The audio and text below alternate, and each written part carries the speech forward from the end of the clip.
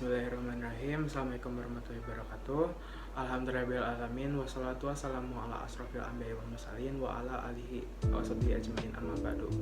Bapak Ibu guru anu kusim kuring dipika hormat sareng rancangan abdi anu dipika cinta. Pertama-tama hayu urang panjatkeun nikmat ka Allah Subhanahu wa taala kulantaran nikmat sadayana urang biasa kumpul di dina acara praktek biantara pancen bahasa Sunda. Teh hilap salawat sareng salam urang surakeun ka baginda Nabi Muhammad sallallahu alaihi wasallam. Kusabab anjeunna tiasa ngaraos nikmat iman sareng Islam.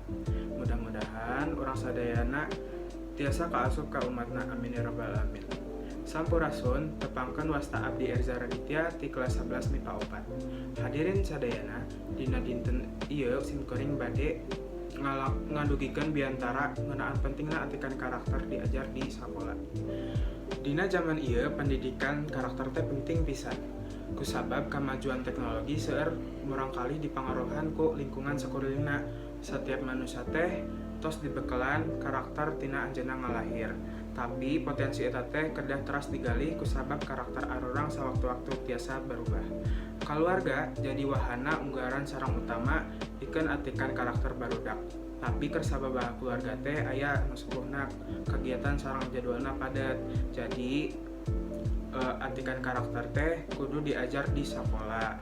Jadi sekolah teh teu jadi wadah anu ngadidik muridna pinter, tapi oge ngabentuk karakter anu mulia sareng gaduh nilai-nilai luhur bangsa. Salaku guru henteu ngan ukur ngeunaan bahan pangajaran pikeun murid. Nanging naon anu ngalangkung dasar sareng mutlak nyaeta kumaha guru tiasa janten inspirasi sareng panutan anu tiasa ngarobih karakter muridna janten manusia anu mikawanoh potensi sareng karakterna salaku makhluk Tuhan sareng sosial. Rupina sakitu wae diantara ti abdi, hapunten bilih aya salah halebatan dina cariosan. Kuring harap sakola-sakola enggal nerapkeun atikan karakter di unggal sakolana masing-masing. Billahi taufiq wal hidayah. Wassalamualaikum warahmatullahi wabarakatuh.